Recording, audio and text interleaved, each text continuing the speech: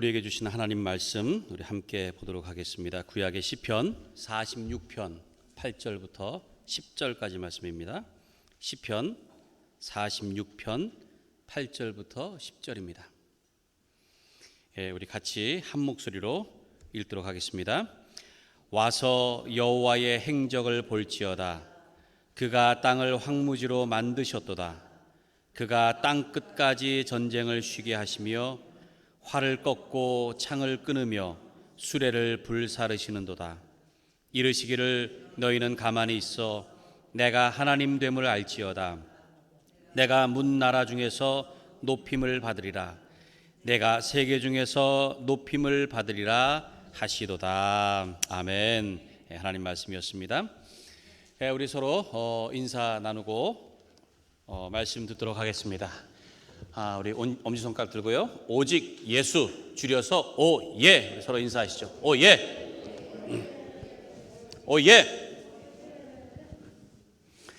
오직 예수님밖에 없습니다. 나를 구원하실 분은 오직 예수 그리스도 한 분밖에 없는 줄로 믿습니다. 할렐루야.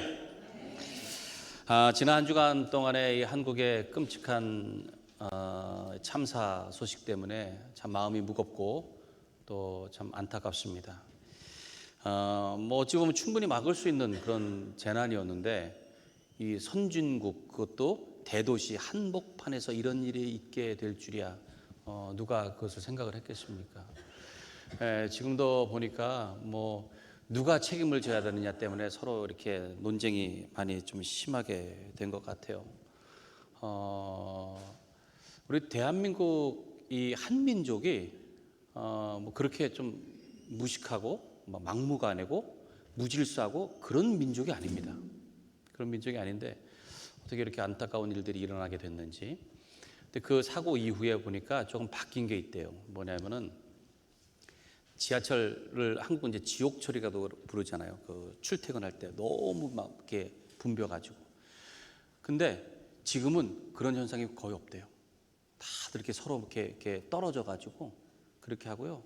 누구 한 사람은 이렇게 누가 미는 것 같아가지고 밀지 마세요 했더니 거기 있는 주위에 있는 사람들 모든 사람이 다 딱 멈추더래요. 그만큼 어떻게 보면은 좀 트라우마라고 그럴까요? 지금 온 국민이 그것을 겪고 있는 것 같고요. 그리고 딱 멈추는 그것을 보면서 좀 울컥했다는 거예요. 이게 우리 대한민국, 우리 민족성인데라는 그런 마음이 들었다고 합니다. 참 안타까운 그런 소식인데 한국이 빨리 정상화되고 안정되고 하기 위해서 여러분들 꼭 기도해 주시기를 부탁을 드립니다. 오늘 본문 말씀, 오늘 이 시편 46편에 있는 말씀은요, 히스기야 왕이 이스라엘을 통치하던 그 시대를 배경으로 하고 있습니다. 열왕기하 19장에 나와 있는 그 내용인데요. 그 당시에 무슨 일이 있었는가 하면은 강대국이었던 이 아수르의 당시 왕인 산헤립, 이 왕이 쳐들어왔습니다. 쳐들어와 가지고 그 예루살렘 성 밖에서 이렇게 진을 치고서는, 그리고는 이 이스라엘을 향해서 선전 포고문을 보내요. 근데 그 내용이 뭐냐면 힘없는 하나님 의지하지 말고 우리한테 그냥 항복해라 이거예요. 그러면 잘해줄 테니까. 그래서 협박문 같은 그런 내용이었습니다. 그러니까 백성들이 그것 때문에 두려움에 사로잡혔어요. 근데 히스기야 왕이 어떻게 했느냐? 그 선전 포고문을 딱 가지고는 하나님 앞에 갑니다. 성전에 가서 펼쳐놓고 하나님 보시옵소서. 그리고 우리를 구원해달라고 간절히 기도를 합니다. 그 일 이후에 성경에서 이렇게 전하고 있어요. 이 밤에 여호와의 사자가 나와서 아수르 진영에서 군사 18만 5천 명을 친지라. 아침에 일찍 일어나 보니 다 송장이 되었더라. 어떻게 됐다고요? 다 죽은 거예요. 이 시편 저자가 하나님께서 그렇게 아수르 군대를 전멸시킨 것, 이것을 떠올리면서 그 감동을 가지고 오늘 본문의 말씀을 기록하고 있는데요. 오늘 본문 한번 볼까요? 8절 9절 말씀 이렇게 말합니다. 와서 여호와의 행적을 볼지어다. 그가 땅을 황무지로 만드셨도다. 그가 땅 끝까지 전쟁을 쉬게 하시며 활을 꺾고 창을 끊으며 수레를 불사르시는도다. 땅을 황무지로 만들었다. 아수르 군대가 그 유다 땅을 차지하려고 진치고 있던 그곳을 얘기합니다. 그곳에. 거기에 이렇게 있었던 머뭇던 그 땅을 하나님께서 천사를 통해서 다 멸하심으로 멸망의 땅이 되게 했다. 죽음의 땅이 되게 하셨다라는 말씀입니다. 하나님께서 천사를 보내셨어요. 그리고는 밤새도록 그들의 창과 칼을 꺾으시고 18만 5천 명이라고 하는 그 군대를 다 전멸해버리셨습니다. 밤사이에 그렇게 하셨어요. 그래서 이스라엘이 어느 누구도 손 하나 까딱하지 않고 그 전쟁을 이기게 하셨던 겁니다. 이 유대 날짜법은 우리하고는 좀 다르다고 그랬죠. 유대는 날짜를 할 때에 우리는 밤 12시부터 다음날 12시까지잖아요. 근데 유대인들은 어떻게 하죠? 저녁 해질 때부터 다음날 해질 때까지예요. 그러니까 저녁 한 6시 정도부터 해서 다음날 6시까지입니다. 그게 하루예요. 하루가 그렇게 시작해서 하루에 그렇게 끝납니다. 그러다 보니까는 저녁부터 저녁까지라고 한번 생각해 볼 때 우리 같은 경우는 하루에서 가장 중간이 어디예요? 낮이죠. 그렇지만은 유대식으로 볼 때는 가장 중간이 어디예요? 밤이에요. 밤이고 새벽. 저녁부터 해서 그 다음 저녁까지니까 어떻게 보면 하루에서 중간에 밤이 껴 있습니다. 중간에. 참 이게 참 의미 있는 것이 아닌가라는 생각이 들어요. 왜냐하면은 밤에는 우리가 뭐 합니까? 주로 자잖아요. 자고 쉽니다. 밤의 시간. 그래서 어찌 보면 하루는 우리는 아침에 일어나서 시작하고 밤에 잘 때까지로 그렇게 우리는 여겨요. 근데 유대식으로 보면 그게 아니에요. 한참 일하는데 시작하다 어찌 보면은 잠자는 것부터 하루가 어떻게 시작돼요? 잠자는 것부터. 그러니까 잠자는 밤의 시간이 하루의 중간이다? 이렇게 생각하고 보니까 하나님 편에서는 그 밤 시간이 한창 하나님께서 일하고 계시는 시간이더라는 거예요. 하나님께서. 자, 오늘 그 본문 전에 5절에 이렇게 말씀을 하고 있습니다. 5절 말씀 볼까요? 하나님이 그 성 중에 계심에 성이 흔들리지 아니할 것이라. 새벽에 하나님이 도우시리라. 새벽이 하루에 딱 중간이잖아요. 한창 때잖아요. 그러니까 그때 하나님께서 일하신다는 거예요. 네. 그러니까 어떻게 보면 하나님은 좀 야행성이십니다. 밤에 일하시는 거예요. 밤에. 그러니까 사람들은 일하지 않는 그런 밤 시간입니다. 근데 하나님께서는 쉬지 않고 일하신다는 거예요. 우리는 밤에 쉬잖아요. 근데 뭐 어떤 분들은 이렇게 보니까는 한국에 일하는 것과 관련되어 있는 분들은 밤에 일하시는 분들도 있더라고요. 더러. 그분들은 낮에는 할 일이 없어요. 저녁 때쯤 돼가지고 밤에 일을 시작해가지고 왜? 거기는 낮이니까. 그렇죠? 그렇게 일을 해야 되는 거죠. 어떻게 보면 하나님께서 밤 시간에 일하신다? 여러분 생각해 보세요. 하루에서 밤 시간이 어찌 보면 한 반 정도 차지합니다. 그렇죠? 반 정도는 밤이에요. 그러니까 하루의 밤이라고 하는 게 무시 못할 시간입니다. 근데 그동안에 하나님께서는 일하고 계신다. 우리가 밤 시간에는 주로 뭐 이제 휴식을 취하고 안식을 취하기도 하지만 어떤 경우는 밤 시간이라고 하면 아무것도 할 수 없는 시간이에요. 그래서 모든 것이 어찌 보면 가만히 멈추어 있는 시간이라고 할 수 있습니다. 우리의 시간에서. 우리 인생에 그런 시간들이 있잖아요. 네. 편안하게 쉴 수도 있겠지만 어느 때는 내가 아무것도 할 수 없는 깜깜한 가운데서, 절망 가운데서, 낙심 가운데 머물러 있을 수밖에, 아무것도 할 수 없는 그런 시간들이 우리 인생에는 있어요. 보니까 하루에 밤 시간이 반 정도 있는 것처럼 우리의 인생에도 반 정도는 그런 것 같습니다. 근데 하나님은 때로 우리가 이렇게 아무것도 할 수 없는 시간, 멈추는 시간, 인생의 밤과 같은 시간을 두신다는 거예요. 하나님께서 일부러 그렇게 만들어 놓으셨다는 거예요. 그래서 아무것도 할 수 없는 무기력하고 답답하고 그런 시간을 두신다는 거예요. 그리고는 하나님께서는 뭐 하시냐? 그 시간들을 통해서 당신께서 일하신다는 거예요. 하나님께서 일하신다. 그래서 그렇게 생각해 보니까 인생의 반은 내가 열심히 일하는 거예요. 그리고 인생의 반은 하나님께서 일하시는 것을 보면서 사는 것이 아닌가 생각이 됩니다. 우리 인생. 오늘 하나님께서 이렇게 말씀하세요. 본문 10절 말씀 볼까요? 10절. 이르시기를 너희는 가만히 있어 내가 하나님 됨을 알지어다. 너희는 가만히 있어. 이 세번역 성경에 보니까는 잠깐 손을 멈추고 그랬습니다. 가만히 있으라는 것을. 잠깐 손을 멈추고. 지금이 무슨 상황이에요? 전쟁의 상황입니다. 지금 성 밖에는 아수르 군대가 있어요. 쫙 깔렸어요. 근데 잠시 손을 멈추라는 거예요. 전쟁의 손을 멈추라고 말씀하세요. 두려움과 절망과 무기력 가운데서 하나님께서는 이스라엘 백성들 향해서 너희가 지금 하고 있는 모든 것을 멈추라. 내려놓으라.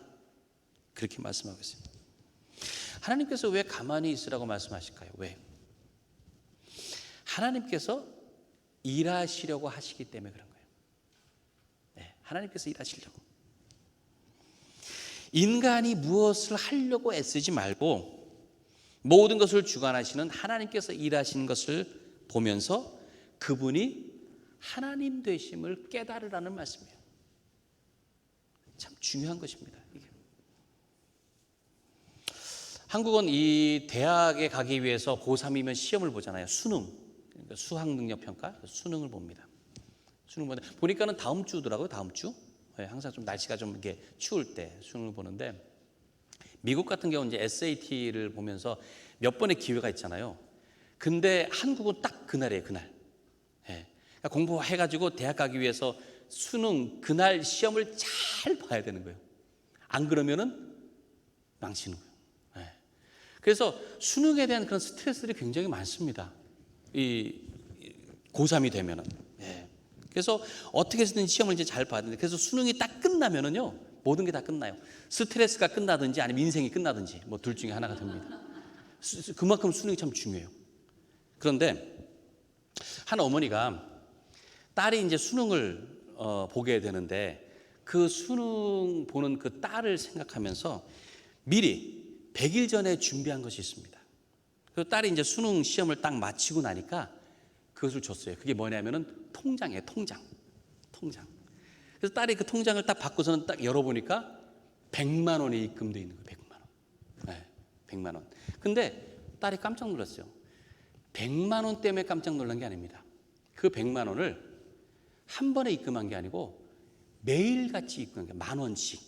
100일 동안 10,000원씩. 그리고 10,000원씩 입금하면서 그냥 한 게 아니고 한국은 보면 통장에 이렇게 글을 쓸 수가 있어요. 글을 이렇게 넣을 수가 있어요. 근데 그 글을 썼는데 그 글이 뭐냐면 마치 그 편지를 쓰는 것처럼 그렇게 썼습니다. 그래서 이게 좀 인터넷에 화제가 됐었어요. 그 사진을 제가 좀 보여드릴게요. 자, 이겁니다. 통장. 잘 보이세요? 처음부터 해서 이렇게 하루하루 매일 하루도 빠지 않고 10,000원씩 입금을 한 거예요. 100일 동안. 그러면서 여기다 글을 썼는데 첫날부터 이렇게 썼습니다. 수능 100일 화팅. 수능 끝나고 놀아. 너는 빛나는 존재. 사랑스러운 우리 딸. 내가 선택하는 그 모든 것들이 너를 행복하게 해주기를. 이런 식으로 쭉 쓴 거예요. 뭐 좋은 얘기. 여기도 보면은 뭐 그걸로 충분하다. 사랑하는 뭐 예쁜 우리 딸. 하고 싶은 거. 삶의 시작은 지금부터다. 뭐 또 쭉 그렇게 그 마음을 담아서 하루하루 글을 쓰. 이게 쭉 편지처럼 된 겁니다. 딸이 이것을 받았을 때 감동이 됐겠어요? 안 됐겠어요? 감동이 됐겠죠. 뭐 때문에? 100만 원 때문에? 돈 때문이 아닙니다. 돈 때문에. 물론 뭐 어떤 경우는 돈이 있으니까 더 감동이 될 수도 있겠지만은 저는 그것을 100일 전부터 하루씩 그 준비한 그 하루씩 그 엄마의 마음이 느껴지는 거예요. 딸을 위해서 하루씩 수능 때문에 고생하고 있는 딸을 생각하는 그 엄마의 마음으로 딸을 위해서 100일 동안 했던 거예요. 저는 이 통장, 이 사진을 보면서 태초부터 우리를 위해서 모든 것을 철저하게 준비하시고 매일 매 순간 같이 우리를 지키시는 하나님의 모습이 떠올랐습니다. 하나님 마음. 처음부터 일하고 계시고 모든 것을 예비하신 대로 철저하게 이끌어 가시는 그런 하나님. 이 통장에 기록된 것처럼 그런 사랑의 메시지, 매 순간마다 우리가 하시는 그런 사랑의 메시지가 있는 것이 성경입니다. 여러분, 성경을 보면은 하나님께서 태초부터, 100일 전이 아닙니다. 태초부터 우리에게 사랑한다, 염려하지 말라, 두려워하지 말라, 그 말씀을 지금까지 하고 계세요. 지금까지. 우리를 위해서 가장 적절한 때를 위해서 완벽하게 일을 진행하고 계시는 줄로 믿습니다. 그걸 안다면 우리가 서두를 필요도 없고 초조해할 필요가 없어요. 하나님께서는 다 준비하고 계신다, 다 일하고 계신다. 그래서 우리가 좀 서두르고 조급하고, 하나님이 이런 걸 원하지 않으세요. 왜냐하면 하나님께서 일단 먼저 조급하게 일하시는 분이 아니십니다. 어찌 보면 하나님께서 우리에게 좀 기다리게 하세요. 기다려라, 아직 때가 이르지 않았다. 그 때를 위해서 우리로 하여금 기다리게 하시는데, 어떤 경우는 그 기다림이 조금 우리에게 힘든 경우도 있습니다. 밤의 시간이 긴 경우도 있어요. 그렇지만 하나님께서는 그 시간 동안 일하고 계신다는 거예요. 성경을 보면 얼마나 많은 사람들이 그런 적절한 때를 기다리는지를 잘 알고 있습니다. 노아 같은 거 어땠습니까? 노아 같은 경우는 방주를 만들면서 하나님께서 홍수로 심판하시겠다고 한 거를 거의 100여 년 가까이 기다렸습니다. 언제 비가 오려나? 언제 비가 오려나? 아브라함은 어땠어요? 이삭을 얻기까지 바로 주지 않고 기다리게 하셨습니다. 24년을 기다렸어요. 모세는 지도자로 세워지기까지 광야에서 그냥 생활하게 놔두셨습니다. 그게 40년이었어요. 다윗도요, 기름 부음을 받은 다음에 바로 왕이 된 게 아닙니다. 온 이스라엘의 왕이 되기까지 20년 정도 걸렸습니다. 반면에 기다리지 못하고 조급함 때문에 잘못된 것들에 대해서도 성경은 증거를 하고 있어요. 이스라엘 백성들이 이 광야에 있으면서 모세가 시내산에 간 사이에 그들이 기다리라고 했는데 기다리지 못했어요. 그래서 어떻게 합니까? 아론이 금송아지를 만들잖아요. 그래서 결국 어떻게 됩니까? 많은 사람들이 목숨을 잃게 됩니다. 사울왕은요, 블레셋 군대가 막 쳐들어오니까 기다리지 못해요. 사무엘이 와서 하나님 앞에 제사하기로 했는데 그걸 못 기다리고 자기가 그냥 해버립니다. 그래서 결국 하나님 앞에 버림을 받게 되죠. 아합 왕은 나봇의 포도원이 너무 좋은 거예요. 그걸 갖고 싶은 마음에 막 조급해졌습니다. 그랬더니 그 아내인 이세벨이 이런 여러 가지 권모술수를 해가지고 결국 그것을 차지하고 어떻게 됩니까? 결국에 가서는 하나님의 진노를 사게 됩니다. 이런 얘기들이 성경에 많이 있습니다. 하나님의 때를 위해서 멈추고 하나님의 역사하심을 기다리며 가만히 있을 수 있어야 되는 거예요. 주님께서 개입하시기까지 기다리는 것, 이것이 신앙입니다. 그게 믿음이에요. 그러니까 주님의 때를 믿고, 내가 힘들면은 그래, 아직은 주님의 때가 오지 않았구나, 기다릴 수 있는 여러분들 되시기 바랍니다. 이스라엘 백성들이 애굽에서 나와가지고 얼마 안 되었을 때에 바로가 이스라엘 그 민족들을 내보낸 것을 금방 후회했어요. 내가 왜 이렇게 쉽게 내보냈을까? 그래서 마음이 바뀌었습니다. 그래서 어떻게 하느냐? 군대를 다시 보내요. 보내가지고 잡아오라고 합니다. 잡아오라고 해요. 근데 그때 이스라엘 백성들이 어디에 있었는가 하면은 그 홍해 앞에 진을 치고 있습니다. 홍해 앞에. 근데 보니까 지금 바로가 보낸 그 군사들이 저 뒤에서 잡으려고 막 오는 거예요. 얼마나 두렵고 얼마나 절망스럽겠습니까?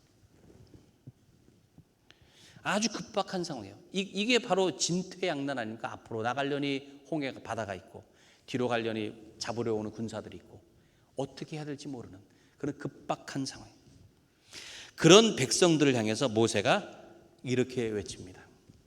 출애굽기 14장 13절 14절 말씀이에요.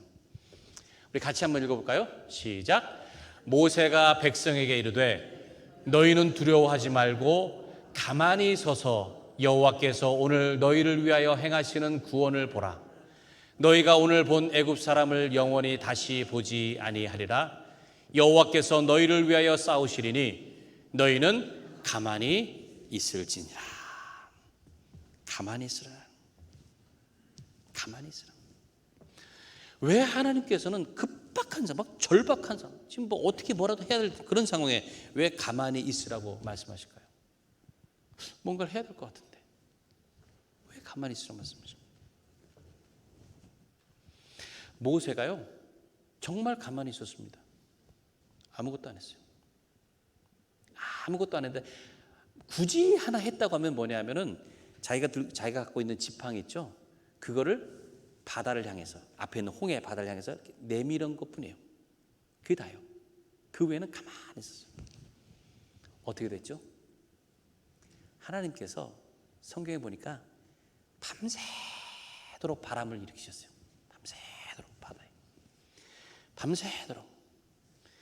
바람이 이렇게 부는데 보니까 이 바람이 길을 만드는 거예요. 바람이 이렇게 물을 이렇게 몰아치면서 이쪽으로 벽을 세우는 거예요. 또 이쪽은 이쪽으로 벽을 세우는 거예요. 여러분 생각해 보세요. 바람이 아무리 세도 물을 벽으로 세울 수 있습니까? 바닷물을? 근데 하나님께서는 그 일을 하고 계시는 거예요. 밤새도록. 그러면 어떻게 됩니까? 새벽녘에 이스라엘 백성들이 마른 땅으로 건너가게 해서 구원하신 하나님이신 거예요.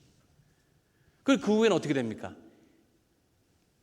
이 바로의 군대가 그 안에 들어갔다가 물이 다시 원래대로 되면서 거기 다 빠져 죽은 거예요. 이스라엘 백성들이 그것을 눈으로 똑똑히 봤습니다. 그걸 경험을 했어요. 하나님께서 일하고 계신다는, 우리가 아무것도 할 수 없는, 우리는 가만히 있으면 하나님께서 일하신다는. 자, 오늘 10절 말씀 다시 한번 볼까요? 10절 이르시기를 너희는 가만히 있어 내가 하나님 됨을 알지어다. 내가 문나라 중에서 높임을 받으리라. 내가 세계 중에서 높임을 받으리라. 하나님께서는 뭐 누가 꼭 높여줘야지만 높임을 받으시는 그런 분 아니십니다. 그런데 하나님께서 우리를 통해서, 저와 여러분을 통해서 높임을 받기를 원하신다는 거예요. 이게 얼마나 귀합니까? 우리를 통해서. 그리고는 스스로 하나님이 하나님 되심을 보여주시겠다라고 말씀하세요. 이게 하나님의 약속입니다. 히스기야 왕이 아수르 왕 그 사네립이 보낸 그 협박 회유, 그 협박문, 그걸 성전에 펼쳐놓고 기도할 때에 이렇게 기도했어요. 하나님, 우리를 구원하옵소서. 그리하시면 천하만국이 주 여호와가 홀로 하나님이신 줄 알리이다. 오늘 본문이 바로 그 기도에 응답하신 하나님 말씀입니다. 뭐라고 응답하셨죠? 그래, 너는 가만히 있어라. 너는 가만히 있어라. 내가 하나님 됨을 알게 될 것이다. 하나님께서는 이미 그 전쟁을 히스기야 손에, 이스라엘 손에 붙이신 줄로 믿습니다. 그래서 이스라엘을 승리하게 하신 거예요. 우리 인생의 반은 밤의 시간입니다. 하나님께서 멈추게 하시는 그런 시간들이에요. 쉼의 시간일 수도 있겠지만은 때로는 아무것도 할 수 없는 좌절과 낙심하는 그런 시간 속에 우리를 두시기도 하십니다. 하지만 그때에 비로소 우리는 하나님께서 일하시는 것을 보게 된다는 거예요. 하나님께서 일하시는 거예요. 하나님은 졸지도 않으시고 주무시지도 않으시는 거예요. 눈동자같이 우리를 살피시는 그분. 그분께서 모든 것을 다 계획하시고 뜻대로 되도록 일하시는 분이시라는 것. 여러분 그것을 느끼시기 바라요. 밤의 시간을 맞이할 때마다 주의 깊게 살펴보시면요, 변함없이 일하고 계신 하나님을 느낄 수가 있습니다. 깨달을 수가 있습니다. 그래서 그 시간을 통해서 오히려 평안을 얻을 수 있는, 확신을 얻을 수 있는 여러분의 삶이 되시기 바랍니다. 하나님께서 우리를 인도하시는 데 있어서는 하나님의 철저한 계획과 하나님의 놀라운 은혜로 우리를 이끌고 계심을 믿습니다. 그런 하나님께서 스스로 하나님 되심을 느낄 수 있는 여러분의 삶이 되시기를 간절히 축원합니다. 이 시간에 함께 찬양하고 기도하도록 합니다.